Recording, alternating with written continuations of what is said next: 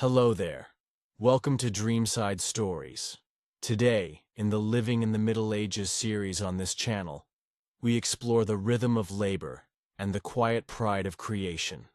This is the fourth episode in our journey, a glimpse into the hands that shaped the medieval world. As morning breaks over the thatched rooftops, the village awakens not with haste, but with purpose. From narrow windows, smoke curls lazily into the crisp air. A rooster crows in the distance, met by the clink of buckets at the well, and the low murmur of voices preparing for the day. This is no time of idleness. This is the hour of effort, the sacred pulse of work. Down the cobbled street, the baker moves like a dancer in a private ritual. Flour dusts his elbows, his forehead, even the folds of his woolen tunic. Kneading dough beside a yawning hearth, he murmurs to himself as if each loaf is a prayer. Nearby, a young boy stacks firewood, hands red from the cold, eyes locked on the baker's movements, an apprentice learning not just how to make bread, but how to live by rhythm and flame. Beside the smithy, the blacksmith's forge pulses orange against the stone walls. Sparks leap into the half-light. The ringing of hammer against iron carries like a bell through the lanes, each strike forming not only tools and horseshoes, but trust. For in a world of timber carts and weary oxen, a good smith is as vital as bread. His daughter stands nearby, passing him rods of iron, her face streaked with soot and pride. Children weave through the alleys, laughter trailing behind them like ribbons. They carry baskets of eggs and jugs of milk, delivering them from one home to the next. Every errand is an act of contribution, every path a thread in the fabric of village life. One girl runs with a spindle in her hand, clutching it like a torch, as if the wool wrapped around it were made of gold. On the square, early traders begin to set up. From crates and carts come cheeses wrapped in linen, onions still wet with morning dew, bundles of herbs bound in twine, and jars of honey the color of sunset. A tanner shows off leather belts still damp from dyeing, while a cooper checks the rims of barrels with calloused fingers. Though the market will buzz by midday, now it hums with quiet preparation and careful hands. Under the shade of a slanted roof, a carpenter measures timber beams with a string soaked in ink. He mutters numbers as he marks them, his tools laid out like relics on the workbench, each plane, chisel, and mallet bearing the memory of hundreds of doors, chairs, and chests already built. He pauses to wave at a passing miller who is guiding a mule with sacks of grain toward the water wheel beyond the trees. In a nearby field, women bend over neat rows of vegetables, tugging weeds and inspecting the soil. They wear aprons faded by sun and time, sleeves rolled past the elbow, hair wrapped in kerchiefs. Their voices rise and fall in soft conversation, sharing gossip and remedies while their hands never stop moving. A baby sleeps in a cradle made of twigs beneath a tree, rocked by the breeze alone. Meanwhile, in the scriptorium near the church, the village scribe dips a quill into black ink, copying lines of scripture for the Lord's records. His room is cold and dim, but the parchment glows in the morning light. The letters curve like vines. Across the page, a different kind of labor, quieter, slower, but no less noble. Each corner of the village hums with motion. Not the rush of modern industry, but the choreography of necessity. No one is idle, yet no one hurries. The work is honest. It builds more than houses and bread ovens. It builds dignity, place, and permanence. This is the village at work. A world where every callus is earned, every wrinkle tells a tale, and every voice adds to the chorus of effort echoing through the streets. Here, labor is not just survival. It is identity, devotion, and a quiet kind of joy. As the sun rises higher above the village, The tempo of the day shifts. The soft murmur of dawn becomes a steady rhythm of tools, footsteps, and work. And amid this daily symphony, one sound stands out. The clear, echoing ring of hammer on iron. It is a sound both ancient and enduring. We follow it now, past low cottages and muddy paths, to the open doors of the blacksmith's forge.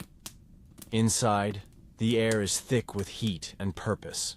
Light pours through a small side window, illuminating a world of smoke, sweat, and glowing metal. The blacksmith stands at the center, his body square, movements practiced. His leather apron is cracked with age, his hands dark with soot. In the fire, a bar of iron glows red-orange. With steady tongs, he pulls it free and lays it across the anvil. Then comes the hammer, sharp, clean, rhythmic. One strike, then another. Sparks dance across the shadows. The shape begins to change. This is not hurried work. It is deliberate. It is the culmination of generations of knowledge passed from hand to hand. The blacksmith does not speak. He doesn't need to. The language of the forge is action. Behind him, the apprentice tends the fire. He is small, perhaps 10 or 11, but already his clothes are marked by ash and his fingers calloused from the bellows. He watches with wide eyes, absorbing every detail. The turn of the wrist, the sound of cooled iron, the way each strike fits into the next like notes in a melody. Along the wall hang dozens of tools. Hammers of all weights, tongs of different curves, files, chisels, and punches. Each one has its place. Each one tells a story. Villagers come and go throughout the day. A farmer brings a broken plow blade. A woman arrives with a pan that needs mending. A boy clutches the twisted frame of a lantern. No one lingers. No one complains. They place their objects on a bench near the doorway, nod once, and move on. The blacksmith sees them. He remembers who brought what, and he works through them all, one by one. By midday, the forge is alive. The fire crackles, metal clinks. The apprentice has graduated from watching to holding. He positions the iron, wipes sweat from his brow, and glances up for approval. The blacksmith nods once. There is something almost holy in the way the forge operates. The work is repetitive, yes, but never meaningless. Each object made or mended plays a part in someone's life. A hinge that keeps out the wind, a blade that reaps a harvest, a hook that secures the family's food. Nothing is wasted. Nothing is rushed. Outside, life continues. Chickens peck the dirt. A cart groans under its load. Children play near the well. But inside the forge, time folds in on itself. The same motions that shaped iron 100 years ago shape it now. The same fire that once lit a different village burns today. In this one. Later, the apprentice takes a turn with the hammer. His strikes are uneven, his stance unsure. But the blacksmith says nothing. He watches, corrects with a tilt of the head or a shift of the foot. He knows the boy will learn not by listening, but by doing. The piece they work on is a horseshoe, simple, familiar. The boy smiles when the shape begins to form. The blacksmith doesn't smile, but his hands rest still for a moment longer than usual before he returns to the fire. As the afternoon wears on, the forge glows brighter. Smoke rises into the late-day sun. The tools return to their places. The apprentice sweeps the floor. The last item, a bent scythe, goes onto the bench. The blacksmith wipes his hands on a cloth, steps to the doorway, and looks out over the village. His work is etched into everything. The gates, the hinges, the carts, the tools. Few notice. Fewer still say thank you. But the village would not turn without him. In this place, fire and metal become memory. In this place, creation is quiet, steady, and strong. And as the forge cools, the story continues, waiting for tomorrow's first spark. The forge may shape metal, but it is the carpenter who gives form to the spaces of everyday life. As the morning sun spills through the village, golden light falls upon the open shutters of the carpenter's workshop. Dust dances in the beams, settling gently on wood already measured, marked, and waiting to be transformed. The carpenter rises with the rhythm of the village. Before others take to the fields, he has inspected the beams left curing overnight, touched their surfaces, and listened to their sound. A practiced ear can hear rot, can feel grain, can sense when a timber will split before the first cut is made. The work begins not with tools, but with judgment. His workshop is simple: a long bench near the window, tools carefully lined in a wooden rack, a sharpening stone by the door. Every item has its place. The mallets, the chisels, the gouges, each shaped by years of handling. The carpenter picks up a plane and draws it across the edge of an oak board, long smooth strokes peeling curls of wood that fall like ribbons. The scent of fresh shavings fills the air, warm and sweet. Outside, chickens cluck nearby and children call to each other across the square. But within this shop, there is only concentration. The carpenter works alone, but not in isolation. His thoughts carry the needs of the village. A new door for the baker, a cradle for the newborn in the next cottage, a repaired yoke for the oxen. He murmurs as he works, marking joints with a piece of charcoal, checking fits, testing strength. 2 apprentices arrive, one younger, carrying a bundle of kindling, the other older, already setting up sawhorses and preparing a piece of pine. They speak little. The rhythm of the tools is its own language. Today's task is the frame of a new grain chest. Not ornate, the villagers can't afford luxury, but solid and lasting. Dovetails are cut with care, the corners dry-fitted, tested and reworked. The grain must run true. No part can be hurried. A warped lid means spoiled grain. A loose joint, a broken promise. From time to time, neighbors step inside. A woman asks about a shelf. A farmer offers a handful of beans in exchange for a stool. There are no coins here, only needs and hands willing to meet them. The carpenter nods, jots a symbol on the wall, and returns to his task. By midday, the air in the shop grows hot. The apprentices break for a bite of bread beneath the eaves, but the master continues, wiping sweat from his brow with a sawdust-covered sleeve. The chest is nearly formed now. Soon, he will sand it smooth with dried horsetail, oil it with linseed, and leave it in the sun to cure. Children often stop at the open door to watch.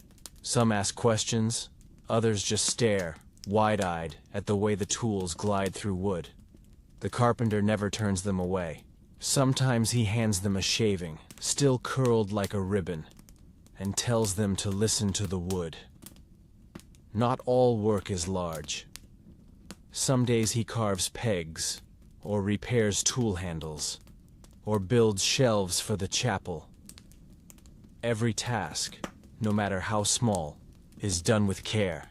Even the offcuts are saved, used for kindling, for toys, for wedges in wagon wheels. Nothing is wasted. He also teaches when time allows.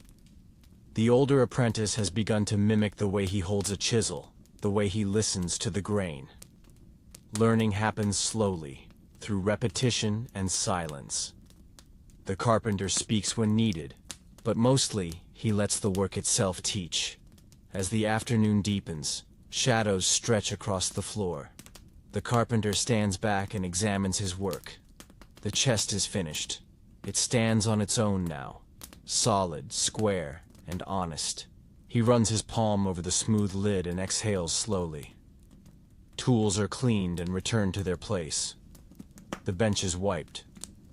The apprentices sweep the floor.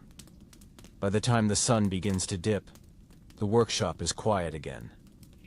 This is the carpenter's shop, a place of purpose, rhythm, and quiet mastery, where timber becomes trust, where the grain of the wood carries the heartbeat of the village. In the heart of the medieval town, past the bustle of bakers and the clang of the smithy, stands a building not marked by noise, but by order. It's made of thick timbers and cool stone, with leaded windows and a heavy door worn smooth by the hands of generations. Its presence is quiet, but it commands respect. This is the guild hall, a place of structure, a chamber of memory, and the steady pulse of tradition. Here, the guildsmen gather. Tailors, coopers, masons, carpenters, and weavers. Each trade with its own code, its own language of tools, gestures, and measures. Each with its patron saint and feast day, its rituals and responsibilities. Though their crafts are different, they speak a shared tongue, one of precision, discipline, and duty. To the outside world, they are craftsmen.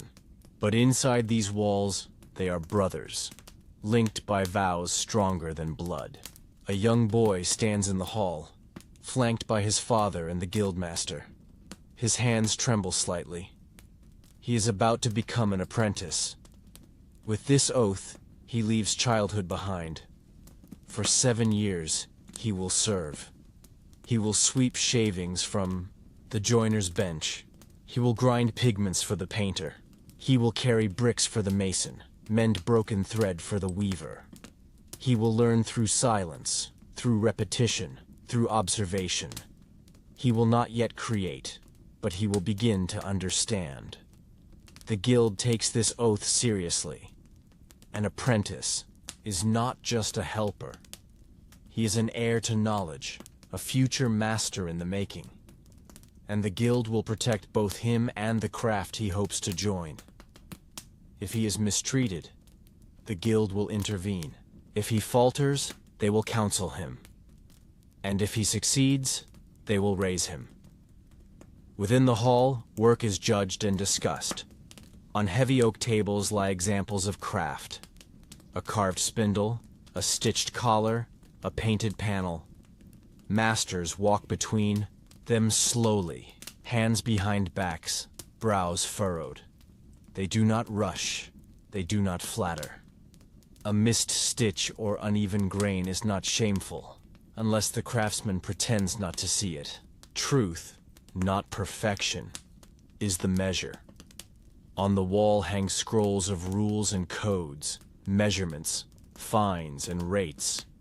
These are not suggestions, they are promises. The guild keeps prices fair to prevent cheating. It inspects goods to ensure safety. It decides who may sell and where. There is strength in consistency and honor in accountability. Journeymen come and go with stamped letters of passage. These men, having completed their apprenticeship, travel between towns, offering their skill and absorbing the methods of others. When they return, if they choose to, they may present a masterpiece, one work to prove their worth. It is not beauty that earns approval, but balance, purpose, honesty. But the guild is more than a regulator. It is a family. When a member falls ill, others bring food and help with their work. When one dies, the guild pays for the funeral and carries the coffin. They pray together, celebrate together, and walk in procession on feast days, bearing their tools as emblems of pride.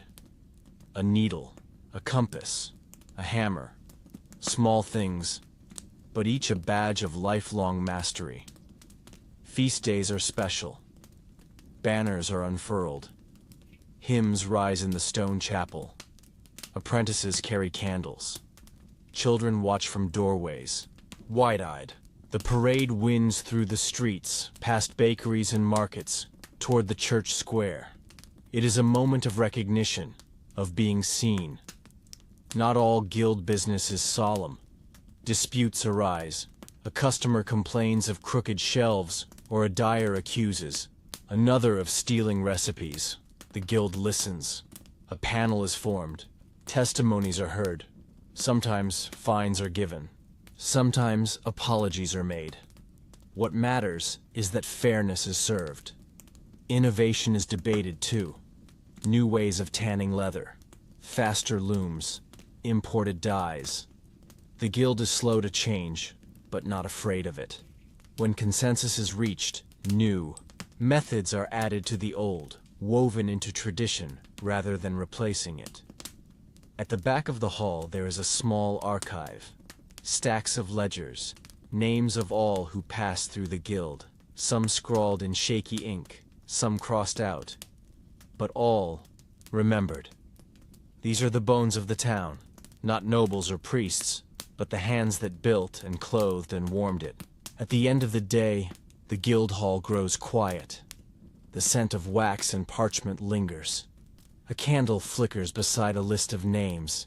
Tomorrow, work will resume. A new apprentice may arrive. A new judgment may be passed. But tonight, the guild rests, not in stillness, but in strength. This is the world of the guildsman, a world of steady hands, deep oaths, and earned respect, where tradition does not chain the future, but shapes it. Where every honest craft leaves a mark, and every mark tells a story. Once every few weeks, the quiet rhythm of village life is broken by a different kind of day. A fair day. From sunrise, the air is thick with voices, hooves, and the creak of wagons. Tents bloom like wildflowers along the fields, and the empty square begins to swell with color, scent, and sound. This is not simply a place of trade, it is a meeting of lives. Merchants arrive from distant regions. Some come by river, steering flat-bottomed boats heavy with pottery or salted fish. Others travel for days overland, their wagons packed with wool, iron tools, dried fruit, and spice. Each one brings not just goods, but stories. They speak of far-off storms, strange customs, and towns where the streets are paved. Villagers spill from every lane. Children tug at sleeves. Dogs bark and dart beneath carts. Coins jingle. Deals are made. Arguments rise and fall. And through it all, the low hum of human exchange never stops. This is the medieval marketplace, alive, imperfect, and essential. The square is divided not by fences, but by tradition. Bakers stay near the church steps.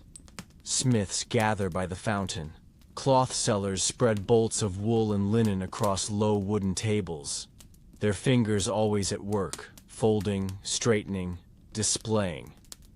Potters lay out jars and bowls on blankets, each marked with the thumbprint of its maker.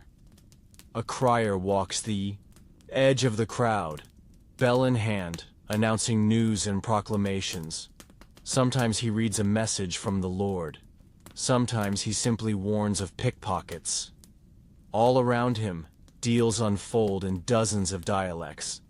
A single hen might be traded for a jug of cider and a carved spoon. A bolt of dyed fabric might earn a goat. Barter is as common as coin.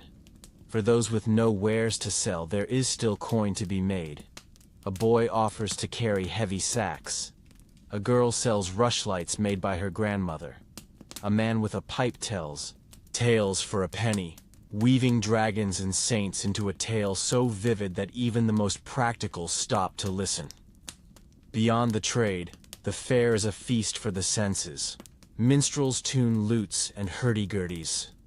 Jugglers and fire-eaters gather small crowds. A puppet show draws laughter from young and old. The scent of roast meat drifts on the breeze, mingling with sweat, horses, and fresh bread. Not all stalls are bright.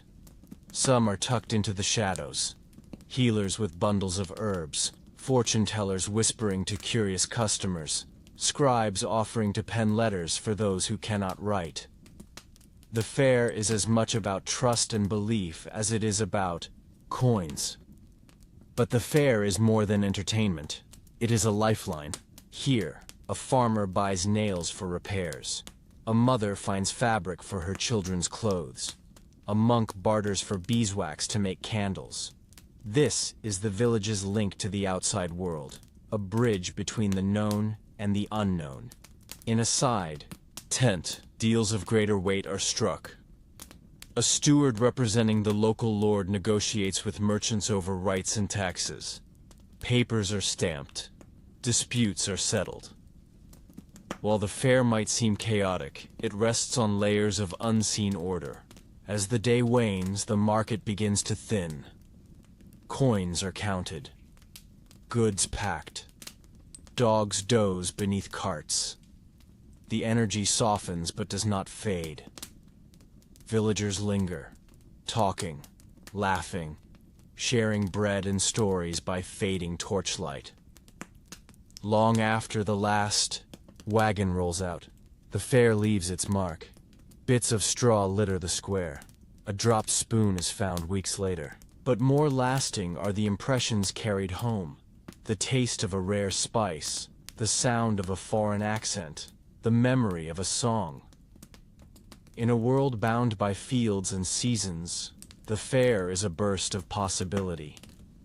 It reminds the villagers that their world, while small, is not alone. That there are others beyond the forest and river, and that for one day the world has come to them. This is the medieval fair, a moment of connection, a chorus of need and offer, and a celebration of what it means to be part of something larger. Tucked away at the edge of the village, behind a low door and beneath a sloping thatched roof, is a space unlike any other. The weaver's room is quiet, but never still. Threads stretch across frames, spools turn gently, and dust motes drift through the warm air, catching in the morning light like floating silk. This is not a place of noise, but of rhythm. The wooden loom creaks in time with the weaver's hands, a gentle cadence of shuttle and thread. Thud, pull, beat, thud, pull, beat. A song without melody, ancient and unbroken. The weaver begins early. She tends the fire, checks the humidity, and brushes lint from her warp. Each thread is placed with care. Cotton, linen, or wool. Each chosen not only for texture, but for purpose. Cloth for tunics, bands for belts, sacks for grain. Even the plainest fabric holds meaning. The walls of her room are lined with shelves of colored yarn. Some dyed with berries, others with bark or flowers. There is a pot of walnut dye cooling near the hearth, and a bundle of nettle fibers drying by the window. The scents are earthy, sweet, sometimes sharp. She does not work alone. Her daughter is beside her, spinning with a drop spindle, fingers practiced despite her age. Occasionally a neighbor enters, bringing flax to be carded or asking for repairs. These visits are brief, quiet. The room seems to ask for silence. Patterns are not drawn. They are remembered. Passed from hand to hand, woven into memory. A stripe for mourning, a check for harvest, a border that blesses a newborn. The cloth tells stories even when the tongue does not. Outside, the world moves quickly. Inside, time slows. The weaver does not rush. Her focus is deep, her posture firm. Hours pass and still the cloth grows, inch by inch, line by line. She smooths every row with her palms, checks tension with her eye. In the afternoons, the sun shifts and the light fades. She lights a candle and stretches her back. A pot of broth simmers on the hearth. Her daughter hums a soft tune, barely louder than the click of her spindle. Sometimes, traders come. They offer coins, buttons, or even hens in exchange for fine cloth. The weaver rarely speaks. She gestures to the shelf. Her work speaks for itself. The patterns are old, the weave tight, the colors strong. The price is not debated. Not all fabric is for sale. Some bolts are set aside. Offerings for the chapel, gifts for weddings, cloth to wrap the newborns of the village. The weaver knows the names of every child born within the year, and for each, she prepares a small swaddling cloth, stitched with a single line of blue. At the back of the room stands an older loom, no longer used for daily work. Its frame is worn smooth with years of touch. Once it belonged to the weaver's grandmother. It remains as a memory of lessons taught, mistakes corrected, and the quiet guidance of hands now gone. A scroll of patterns hangs near the hearth, but it is not read like a book. Each design marks a time. A famine survived, a marriage celebrated, a season of good harvest. The scroll grows longer each year, and still there is space. Visitors who enter speak softly, if at all. The room feels sacred, though no prayers are said aloud. There is reverence in the way the threads are handled, in the way the warp is tightened, in the silence that follows each beat of the loom. At night, the room quiets. The loom is covered, the fire banked. The daughter sleeps in the corner, curled under a scrap of her mother's cloth. The weaver sits by the hearth, mending a tear in a neighbor's shawl by candlelight. Her fingers still moving, even as the day ends. This is the weaver's room, a place of threads and patience, of stories told without words, of memory carried in fiber, and of hands that bind the village together, one pattern at a time. Before the first cock crows, when most of the village still sleeps beneath heavy blankets and cool stone walls, the baker is already awake. The world outside is dark and silent, but inside the bakery the hearth glows orange and the scent of rising dough begins to bloom. The baker moves without haste. He has done this for years. The rhythm is carved into his bones. The fire is coaxed to life with care. Not too hot, not too low. He stacks kindling and oak, checking the coals from the night before. Ash is swept aside, tools laid out. Peel, paddle, brush. The oven must be ready before the sky begins to turn. In the half-light, he begins to shape the loaves. Hands thick with flour, he works by feel, not sight. The dough is heavy, soft, alive. It yields and resists in turn. He folds, presses, turns, then lets it rest. On long wooden boards, the future meals of the village slowly take shape. As the oven heats, the room fills with quiet movement. His daughter arrives, still rubbing sleep from her eyes, and begins to prepare the flatbreads. She dusts the table with flour and hums a soft tune. In a corner, butter is being churned. The day's rhythm has begun, even before the sun lifts its head. A small window glows faintly gold. Outside, the fog clings low to the ground. The bakery is a beacon now, warm, steady, alive. One by one, other villagers begin to stir. A smith, with soot-stained hands, enters first, coin already in hand. The baker nods and offers a fresh roll, steam rising from the crust. Soon, the line forms. A mother with 2 children, a monk in faded robes, a boy with a sack for delivery. There is no shouting, no rush, only quiet greetings and the shared comfort of routine. The loaves are weighed and passed, coins exchanged, names remembered. Behind the counter, the baker moves steadily. He does not waste steps. He speaks little, but listens. To the gossip, the laughter, the small griefs of the morning. His bakery is not just a place for bread. It is a place of gathering, a hearth for more than just fire. On feast days, he prepares special shapes, braids, rings, loaves with herbs or dried fruit. These are wrapped in cloth and marked with a scratch for each family. Even the poor receive their share. None leave empty-handed on a holy day. There is joy in his work, though it is quiet. When the dough rises well, when the crust cracks just right, when the smell fills the street, these are small triumphs. He does not boast, but there is pride in his movements. A blackboard near the hearth lists the daily offerings, drawn in chalk by his daughter. 3 loaves, 4 rolls, 2 braid. She takes care with her letters, even if few can read them. Still, they know what the shapes mean. They come, they point, they smile. By mid-morning, the shelves begin to empty. The scent of cinnamon lingers in the corners. Crumbs are swept into a pail. The daughter takes the last of the flatbreads to the chapel, as she does each week.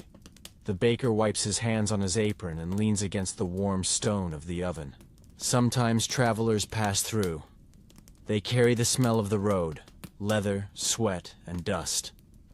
They ask for bread and stories. He gives them both, though briefly. The ovens cannot wait too long. The village moves on, but the bakery remains. Its door swings gently in the breeze. Inside, warmth holds the space. A final loaf cools on a board. A bowl of leftover dough rests. Under a cloth, a promise for tomorrow. This is the baker's world. Early hours, quiet skill, and the gift of nourishment. A life measured in crusts and comfort, where every morning begins in fire and ends in bread. In the quiet of early morning, a young apprentice stands at the threshold of the carpenter's shop, eyes wide, tools bundled in trembling hands. The village is still, but within this wooden room, life is already beginning. Shavings curl from yesterday's work. The scent of pine, sweat, and sawdust hangs in the air. His journey starts not with mastery, but with watching. Every day begins with sweeping. The floor must be clean before any board is touched. He learns this first, that order is not weakness, but the frame of all creation. The master speaks little, but each gesture is a lesson. The apprentice observes the way he grips the chisel, how he listens to the grain, how he speaks softly to the wood as though it might answer. At first, the apprentice fumbles. His hands blister. He mismeasures, nails bend. But mistakes are met not with anger, only repetition. Again and again. Each failure is a layer, like rings in the trunk of a tree. Growth is not in leaps, but in steady rings of effort. The seasons pass. He is no longer the boy who first swept the floor. His grip is firmer now, his lines straighter. He carves more than simple joints. He begins to see form within the timber before the first cut. He recognizes the soul of the craft. To build is not merely to shape wood, but to serve a purpose, a life, a home. On rainy days, the master sometimes shares stories of his first workshop, of his mistakes, of how his own master taught him patience with silence and precision. These stories aren't told as lessons, but the apprentice listens closely. Each tale holds a hidden blueprint, not for buildings, but for becoming. As time goes on, new apprentices arrive. They look at him with the same awe he once held for the master. And slowly, the boy becomes a bridge between generations. He teaches the grip, the angle, the patience. He corrects with kindness. He begins to understand what his master always knew. That knowledge is not hoarded, but handed down like a well-used tool. He begins designing small projects on his own. Stools, doors, and boxes. At night, he sketches beside the hearth, candlelight flickering on the parchment.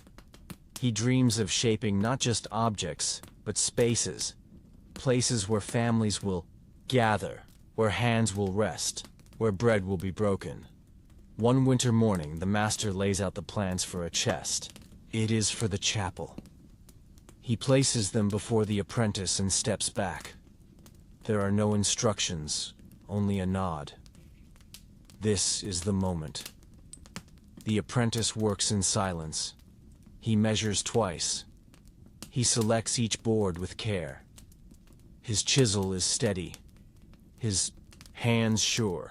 Days pass, and the chest takes form. When it is finished, the village gathers. It is more than a box. It is smooth as river stone, strong as the beams above their heads. The carvings tell a story, not of war or kings, but of hands that learned, of wood that gave, of a boy who grew. The master runs his hand along the edge. He does not speak. He only smiles. Later, in the dimming light, the apprentice lingers in the workshop. He touches the tools, once so heavy in his hands. He knows now how they move, how they rest. He takes the broom and sweeps the floor just as he did on the first day. Not because it is required, but because he understands. He carves his initials into a small piece of oak, not to mark his territory, but to remind himself that every master was once a beginner.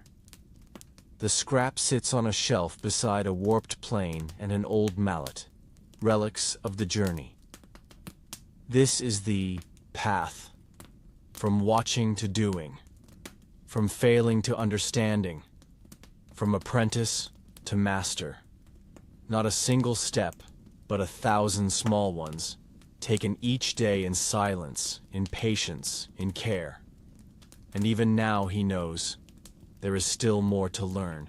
In every workshop, in every stall, on every shoulder and belt, tools hang like quiet companions, worn, trusted, and known by hand more than by eye. They are not just objects of wood and metal, but extensions of the body, of memory, of trade. In the medieval village, a person's tools speak long before their voice does. A blacksmith's hammer, smoothed by use, strikes not just iron, but rhythm into the forge. A carpenter's plane hums softly as it shaves slivers from a plank. The leather worker's awl pierces not just hide, but time. Every stitch pulled, through with practiced grace. These are not tools for show. They are used, scarred, shaped by sweat and intent. Children learn their names early. Adze, chisel, mallet, auger. They run their fingers along blades and handles, feel the weight, the balance. Each tool has its place, its ritual. Before work begins, the smith sharpens and oils. The cooper tests the curve of his plane. The weaver checks the tension in her frame.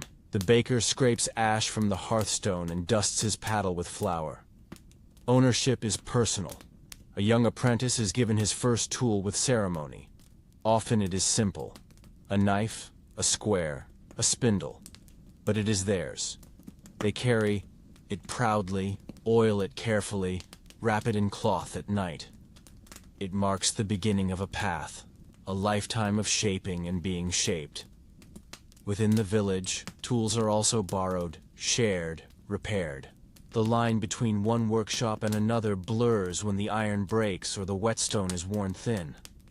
A blacksmith may lend his file to a farrier, or a potter his tongs to a baker for lifting hot tiles.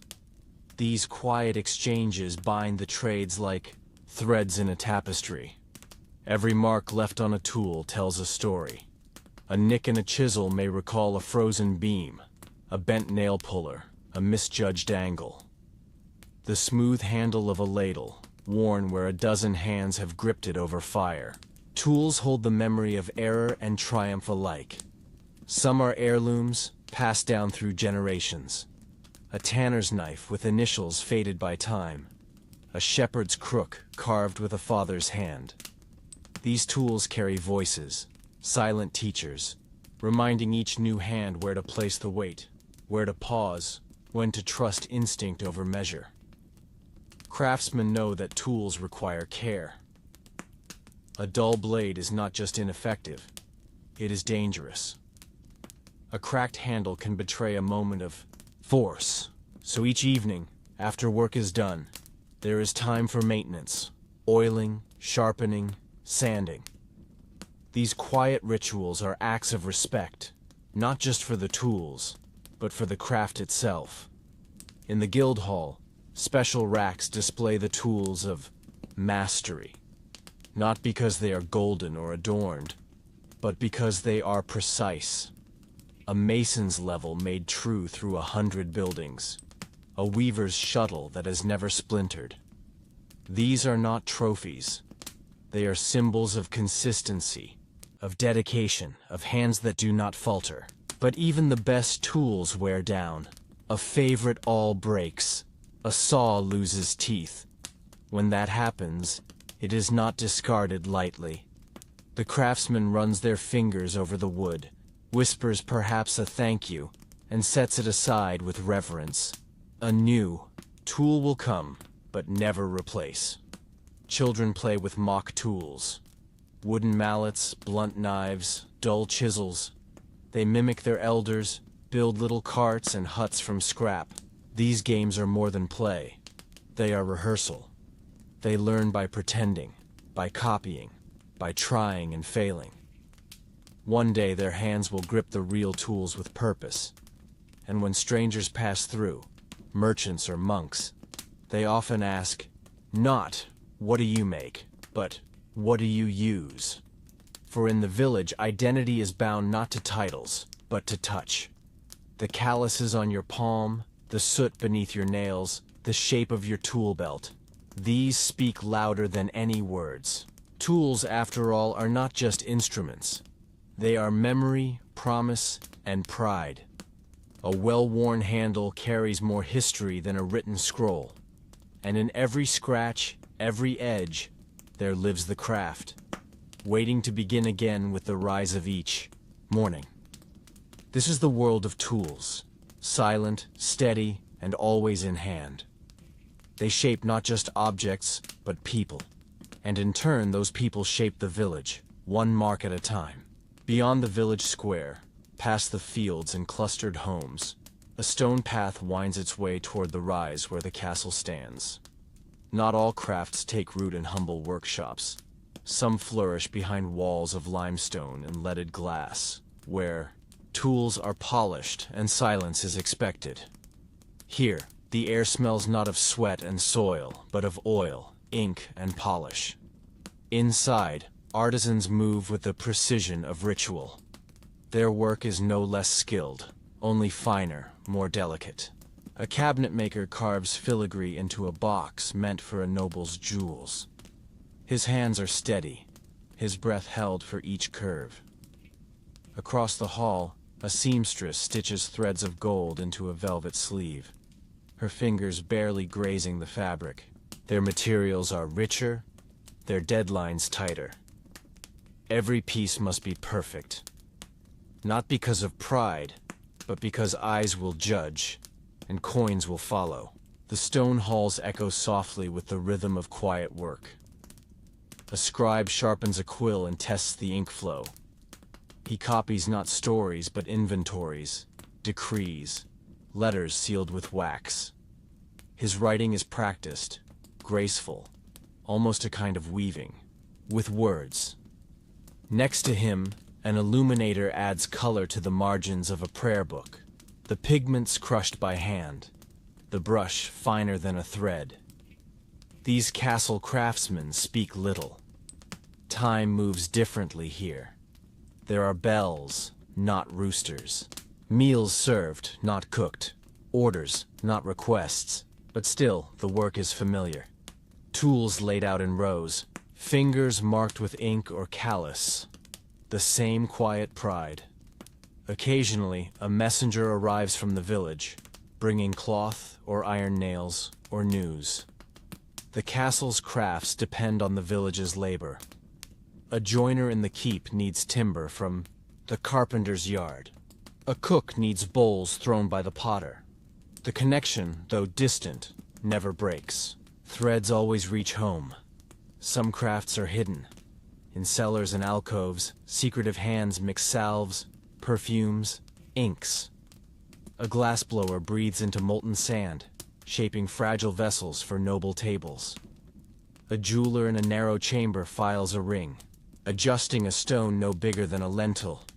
Their world is one of details, invisible to most, vital to few. Apprentices work here too, though their path is steeper.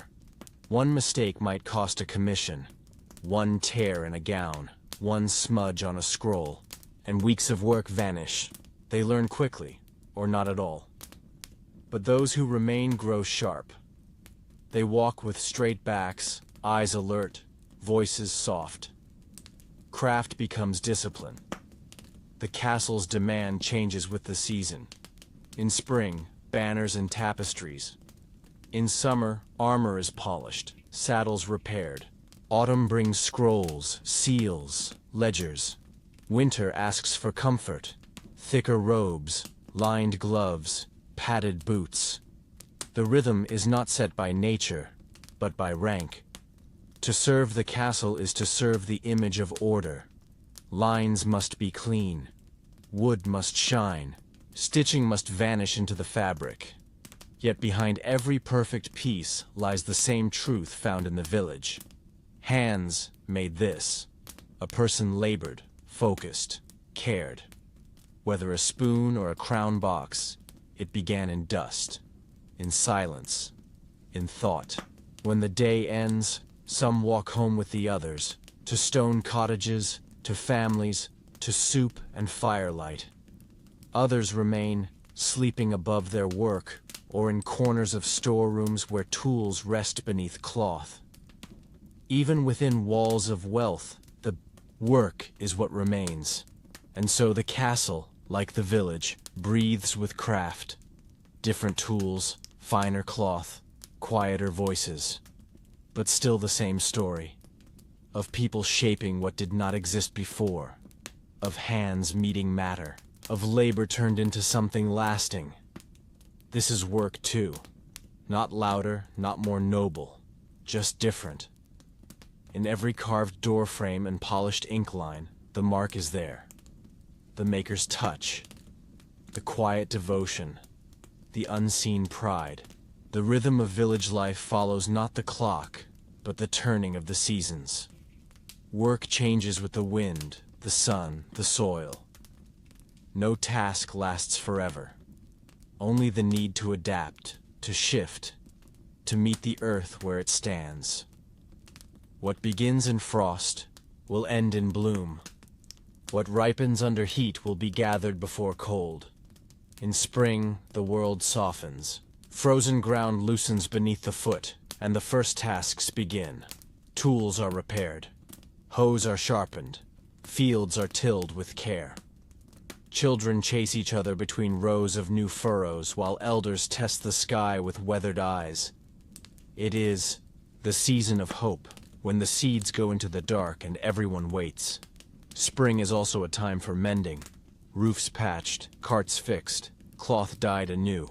The river rises, and with it, the ferrymen grow busy. Nets are checked, buckets are scrubbed. Even the chickens lay more, sensing the return of warmth. There is no rest, but the work carries lightness. Then summer comes, golden and demanding. The sun rises early and gives no pause. Days stretch long and full. Fields burst with wheat, barley, beans. Laborers move in rhythm.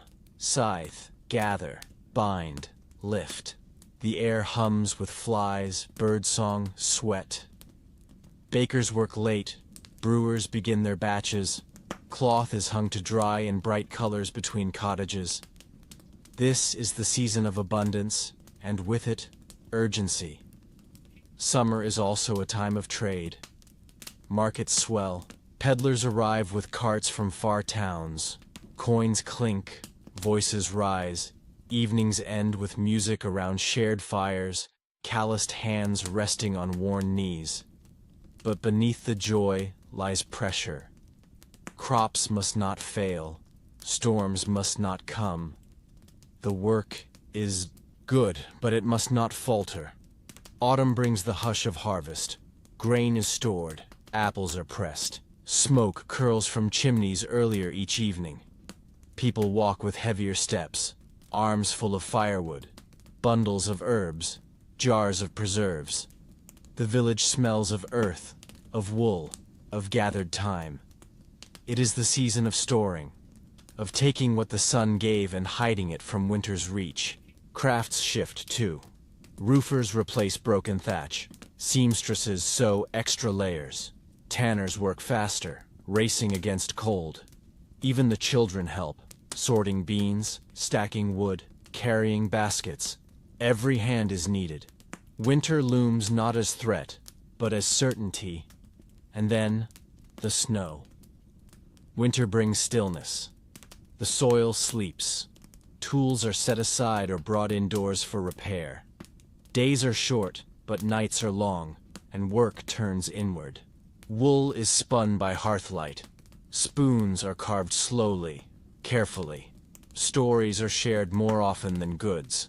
But even winter has its labors. Ice must be broken for water. Paths must be cleared. Salt spread. Goats fed. The smallest tasks matter. Most, a pot of broth, a well-sewn glove, a firm roof, these can make the difference between endurance and loss. Some find winter the hardest. Others, the most peaceful. It is a season of reflection, of repairing not just tools, but bodies, of thanking hands that carried the load all year. Old songs return. Faces draw closer to the fire. The village hums, a slower tune. Through it all, nothing is wasted. Each season teaches. Each chore matters. No role is too small when the frost bites or the harvest bends the cartwheel. Work is shared, not divided. And though the tools may change, the spirit remains. The year is not a circle, but a spiral, always returning, never repeating. A child who scattered seed in spring may carry the harvest come autumn. A father who cut wood last winter may watch his daughter mend roof beams this year. Time folds in on itself, and so the village moves, not by schedule, but by sky, by leaf and wind, by instinct and need. Each season brings its gifts, its demands, its pace, but always the people rise to meet it, together. This is labor not measured, in coin, but in cycles, in calluses and breath, in hands that change with the air, with the soil, with the year. When the work is done, when the fields are bare and the tools are hung, something lingers. Not just the marks in wood, or the worn stones beneath footsteps, but something quieter. The memory of labor, of care, of time shared. Work in the village does not vanish. It becomes part of the place. You can see it in the smooth handle of a door, touched by generations. In the grooves of the well crank, worn by 100 winters. In the faded embroidery on a child's tunic, stitched by a mother now buried beneath the churchyard tree. Memory lives not in books, but in use. It is held in hands, passed down like a wooden spoon, like a song. Old men sit by the fire and speak, not of battles or kings, but of when the bridge was built, when the roof fell in, when the harvest came early. They speak of tools, of rain, of neighbors lost and found. These stories are not told to boast, but to remember. To hold the thread between what was and what remains. Children listen, half curious, half distracted. But years later, those same stories echo when they pick up a chisel or stir the bread dough. The past speaks quietly, but it speaks, in the rhythm of tasks repeated, in the ways that things are done, because they always have been. Some memories are etched in place. A bench beneath the linden tree where the smith once courted the midwife. A notch in the barn door from when the ox escaped. A small patch of herbs planted every spring, though no one quite recalls why. These are not recorded on parchment, but they shape the village more deeply than any law. Work teaches memory. Repetition becomes tradition. A loom passed down carries the songs, hummed at its frame. A field plowed each spring holds the footsteps of fathers and sons. Even the chapel's worn stone floor has known the same sweeping motion for 100 years. These acts are memory-made motion, and some remember through making. A carved box, with initials no longer known. A quilt of many cloths, each a fragment of something once worn. A bell repaired with silver wire. These are not just things. They are vessels of story, of presence, of people long gone who left their mark not in word, but in craft. In winter, memory grows closer. With the nights long and the work indoors, the past gathers near the hearth. Old songs are sung. Old tools are mended. Hands rest on work that was once familiar. The flicker of firelight softens time. A boy shaping his first spoon may look just like his grandfather did. To live in the village is to live within layers of seasons, of work, of memory. No day stands alone. Each is built on what came before. Each hand carries what it was taught. The carpenter teaches the apprentice not only the grip of a plane, but the story of how it was used. The baker kneads dough with the same motion her mother taught her. The weaver still begins her pattern the way her grandmother did, with silence and breath. And so the work continues, even when hands grow old, even when names fade, even when the tools are passed on. What matters is not the fame, but the care. Not the masterpiece, but the motion. Not the end, but the way. When visitors come, they often ask, "What do you make here?" And the villagers smile, for what they make is not just bread or cloth or iron, but time itself, bound in thread. And flower and oak, they make memory, held in simple things. And when the year ends, when frost creeps in again, they gather not to rest, but to remember. To light candles not just for saints, but for ancestors. For hands that once shaped this world, and passed it on in quiet pride. This is the end of the work, and the beginning of memory. The village does not forget. It carries all things forward, in craft, in story, in the steady rhythm of hands that keep shaping, even as the years turn.